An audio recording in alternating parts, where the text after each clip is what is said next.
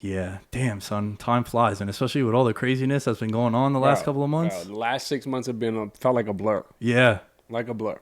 it all started, I think, like I saw some, I wouldn't say funny memes, but those tweets that went viral about how Kobe Bryant was the glue that kept everything together. Because if you really go back, man, it's like when that shit happened, and I got to be honest with you, and I've said this before, I was never a Kobe guy. Kobe wasn't like my favorite player, but respected greatness. Oh, for sure.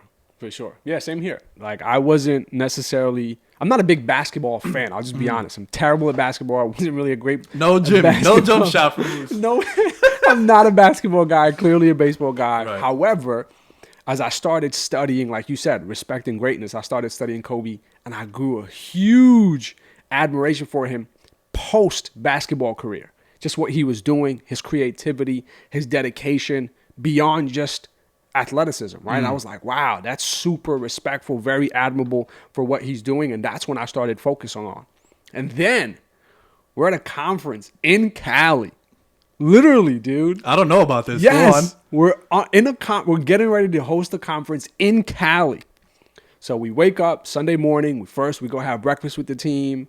We drive through some parts of LA. I forget the name of it. It was my first time there.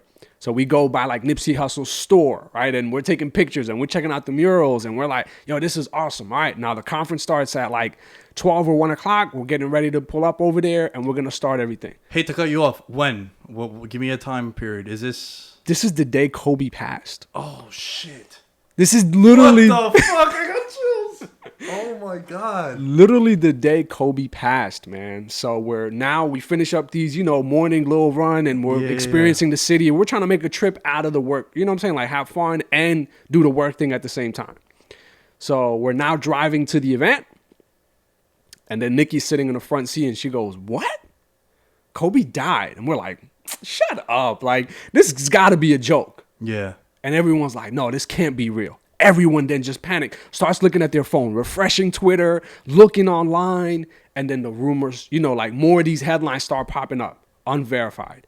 Oh, he was with all his family. And we're like, oh, my God. Yeah. Right. And we're just losing it. So we call E and we're like, yo, we think this is what happened. What are we going to do? Right. Because you're presenting in Cali just minutes or hours after this took place. And yeah, man, sure enough, about an hour, 2 hours later, confirmed it was him, right? And then we weren't sure who was with him. We know we was one of the kids, but then we weren't sure. Well, there was also rumors that I think it was Rick Fox was on the flight with him on the helicopter. And then kind of got, which was crazy because, like you said, man, so many times there's false headlines and you don't know what to believe. Right. And then it must have been unfortunate for Rick Fox's family to be like, what the hell? I'm seeing all these things now, too. And dude, that's something you can't come back from. The one thing I thought about, honestly, was I was thinking about Kobe's wife, Vanessa, and imagine how she found out about the death of her husband and her daughter. Right. Like, I hate to go there, but you found out the same way everyone else found out. Yeah. Right? Because, and this is the part that kind of upsets me about the internet, because everyone is chasing the next headline. They want to be the first to post something or share something. You completely ignored the fact that this person has a family, a wife, children. Where's the respect? Like, hey, sorry to inform you, right? Like, think about just traditionally how that conversation is brought to a family member, and you or their family has to find out just like how we found out. Yeah. What? Like, can you imagine that? I mean, God forbid, dude. But yeah, that's immediately what I thought about. And that's kind of what had me a little upset at the internet. Like, dang, there is no filter whatsoever to know, all right, we shouldn't cross that line. I understand headlines in this, but hold on a second. Have we reached out to her? And that's just, that wasn't something that ever appeared as to what happened with that. And I'm like, that's messed up, dude. You hit the nail on the head there on that one point about there is a problem with social media. People want to be first rather than being right. And I see it on a way lesser level. You're talking about a life and death situation. I'm talking about, a guy gets injured or a guy gets traded. It's like, yo, Lamb, what do you think? What do you think? What's going on? It's like, yo, I've always been someone and I still do it, and people get tight because they want instant results. And I also realize that I don't capitalize on the opportunity to talk about X player getting traded, Y player getting hurt. this guy's holding out. It's like, yo, I'd rather try to give you an honest and fair assessment and reaction than getting it out first. Right. Because there's countless times where people just don't have any idea what they're talking about. Right. They just want to be first. They want to be down. Something is trending. You want to put your thing out there. Me, it's like, yo, let me sit back. Give me a day. And I promise you'll tell me to shut my ass up when I spew out everything I need to say. What was the vibe like in Cali when that happens? Because Kobe is...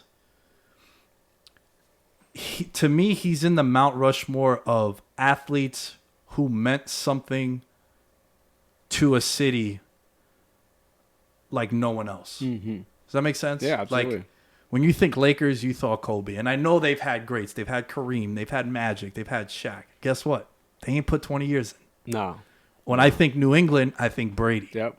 You know what I'm saying? Like, even Peyton Manning. I think Peyton Manning, it's like, yeah, he's going to go into the Hall of Fame as a Colt, but he also did really, really well. You could argue that his apex his ceiling was the season that he threw the 50-plus touchdowns with Denver. Right.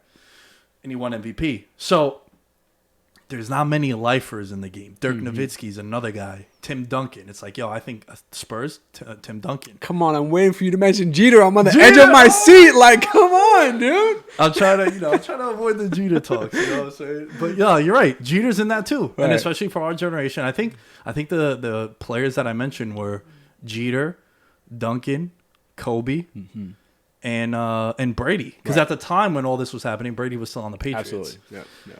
So what was the vibe like in Cali when this happened? You can literally sense the shock.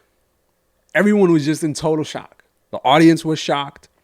Just driving around the city, there was just like a still air, right? Like it was just weird. Like I even flew out that night, flew back to New York, and it was a weird vibe, right? It was just a total shock. No one really knew how to respond. And again, a lot of that information was still incomplete, right? We didn't know what happened or who was on. I don't know. I can't remember if it was revealed at that time that only his daughter was with him and they were on their way and all that stuff. So definitely that shock though, man. It was just a weird time for sure. So we ended up avoiding the context. Like,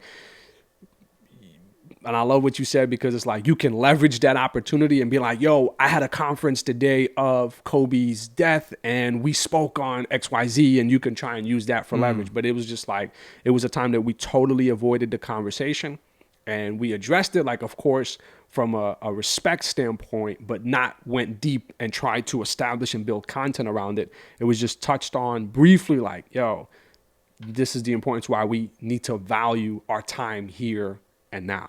Well, that's because you have feelings and you care and you're not a dick. Right. That's why you didn't make it about yourself. And, you know, one thing that I don't know what it is about you, you fuck. You always bring out like the most honesty out of me. Let's go. And that's why I love these conversations that we have. I reached out to my friend Hannah. Hannah and I work for Chat Sports. Shout out to Hannah. I've had her on the show before. She's the Laker girl over there. Chat Sports is a platform that everyone is assigned to one particular team. For the most part, the really cool thing about it is, you know, I do the Knicks and the Giants, two of my favorite teams. She does the Lakers. And I reached out to her and I was like, yo, I want to get you on the show. I release Monday and Thursday. I was like, I would love to record with you to, you know, talk about what it meant for Kobe. Yo, the moment I pressed send, I was like, damn, son. So petty of me. Right. So whack.